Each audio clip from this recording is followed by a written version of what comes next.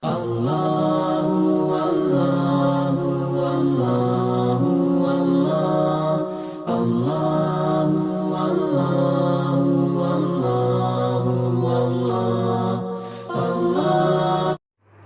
اعراف رکوع نمبر 2۔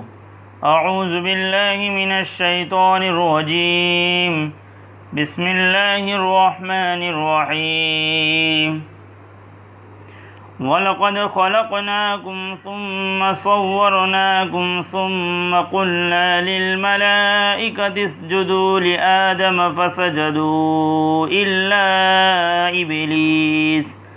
لم یکن من الساجدین۔ اور پکی بات ہے کہ ہم نے تم کو پیدا کیا، پھر ہم نے تمہاری صورت بنائی، پھر ہم نے فرشتوں سے کہا کہ تم آدم کو سجدہ کرو، تو ابلیس کے سوا سب نے سجدے کیا، وہ ابلیس سجدہ کرنے والوں میں شامل نہ ہوا۔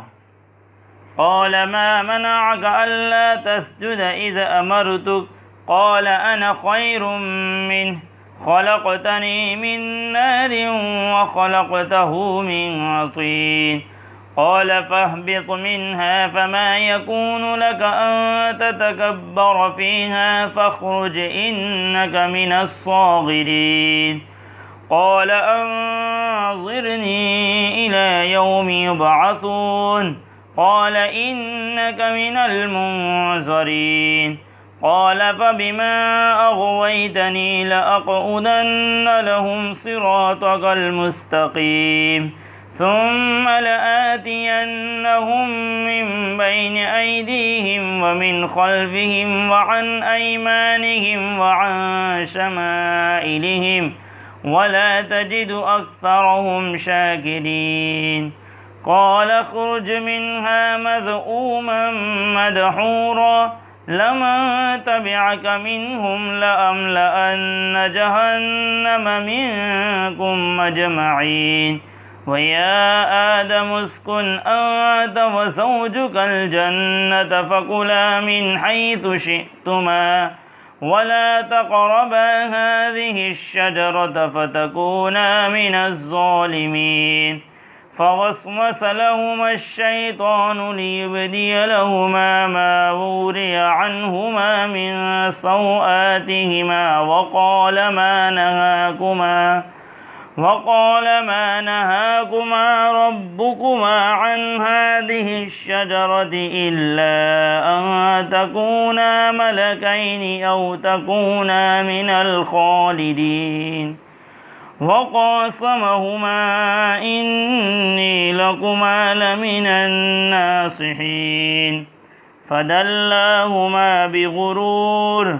فلما ذاقا الشجرة بدت لهما سوآتهما وطفقا يخصفان عليهما من ورق الجنة وناداهما ربهما ألم أنهكما عن تلكما الشجرة وأقل لكما إن الشيطان لكما عدو مبين۔ اللہ تعالیٰ نے فرمایا، جب میں نے تجھ کو حکم دیا تو تجھے سجدہ کرنے سے کس چیز نے روکا؟ اس ابلیس نے کہا کہ میں اس آدم سے بہتر ہوں،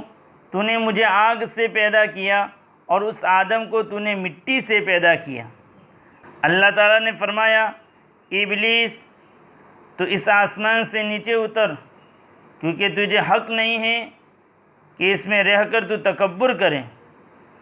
سو تو باہر نکل، یقیناً تو ذلیلوں میں سے ہے۔ اس ابلیس نے کہا، اے اللہ،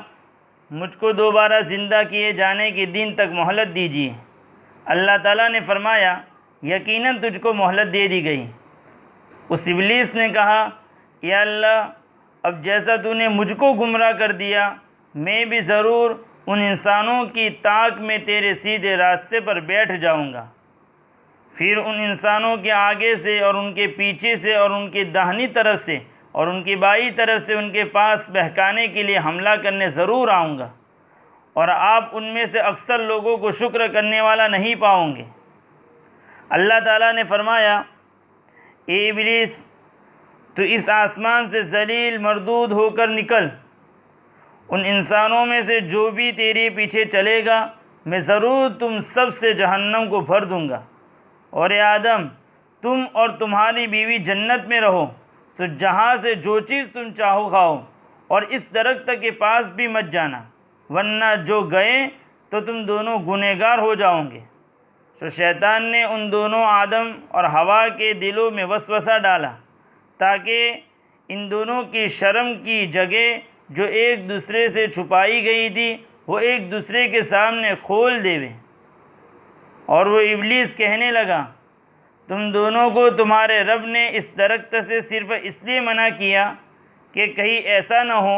کہ تم دونوں اس کو کھا کر فرشتے بن جاؤ، یا تم دونوں جنت میں ہمیشہ رہنے والوں میں سے بن جاؤ۔ اور قسم کھا کر دونوں سے اس شیطان نے کہا، یقین رکھو میں تم دونوں کے لیے بھلائی ہی چاہنے والوں میں سے ہوں۔ شیطان نے دھوکہ دے کر ان دونوں کو اپنی بات ماننے کے لیے مائل یعنی تیار کر ہی لیا۔ سو جب ان دونوں نے درخت کو چکھا تو ان دونوں کی شرم کی جگہ ایک دوسرے کے سامنے کھل گئی، اور دونوں اپنے بدن کے اوپر جنت کے پتے جوڑ جوڑ کر چپکانے لگے۔ اور ان دونوں کے رب نے ان دونوں کو آواز دی کہ کیا میں نے تم دونوں کو اس درخت کے پاس جانے سے نہیں روکا تھا، اور میں نے تم دونوں سے نہیں کہا تھا کہ یقیناً شیطان تم دونوں کا کھلم کھلا دشمن ہے؟ قال ربنا ظلمنا أنفسنا وإن لم تغفر لنا وترحمنا لنكونن من الخاسرين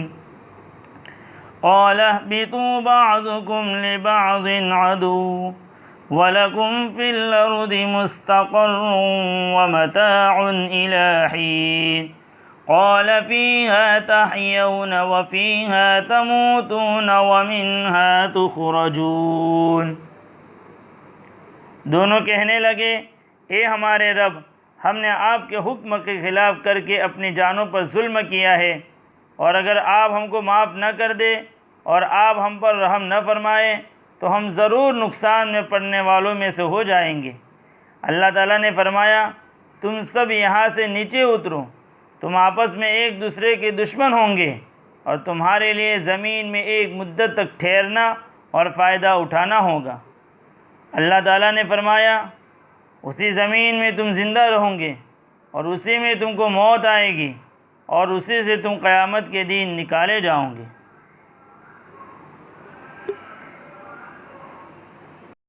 Allah